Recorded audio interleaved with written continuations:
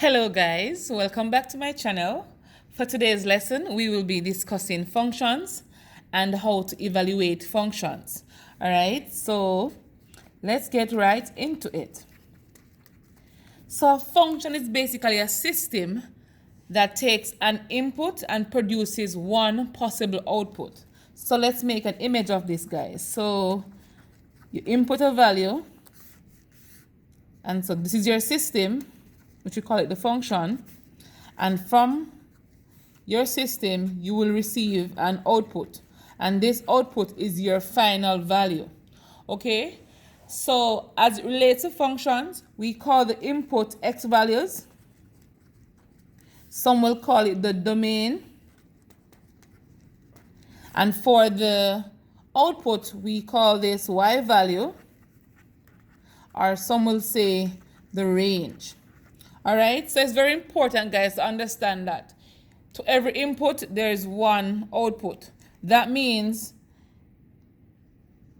you need to have, so a function at the end has one x value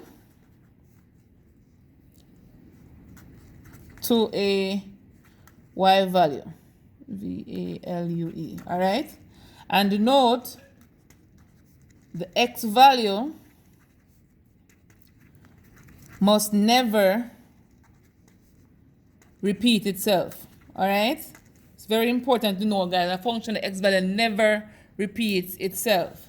So if we are given the following ordered pairs 0 0 1 1 4 2 1 negative 1, and we're asked to determine if this is a function or not, one thing we can do, guys, is to look at the x values.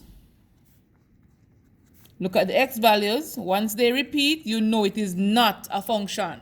So right here we see 0 1 4 1. So clearly the x value of 1 repeated itself, so we know that this is not a function. All right, and if you want to go deeper, guys, we can also make a graphical representation of this where we have the mapping going on. So map x values to y values. All right, so it's 0 1 4. I will not write this one again because I wrote it before. And so for the output we have 0 1 2 and a negative 1. All right, and if we should map these to each other, so 1 goes to 1, 4 goes to 2, and 1 goes to also to a negative 1. So guys, this is not a function because it says to every x value there is one output. Okay, and here we're seeing that this x value has two outputs. So we know, guys, this is not a function. Let's try another one. So if we're given negative 1 7 2 5 7 5 and 1 4, again we can label the ordered pairs as xy values, guys. When you label them, remember that the x value must never repeat. So right here, let's observe our x values. We see that they did not repeat, and so we can say this is a function. It's very important, guys, and very simple as well. Let's go on to the mapping. Let me show you that everyone must map onto another one.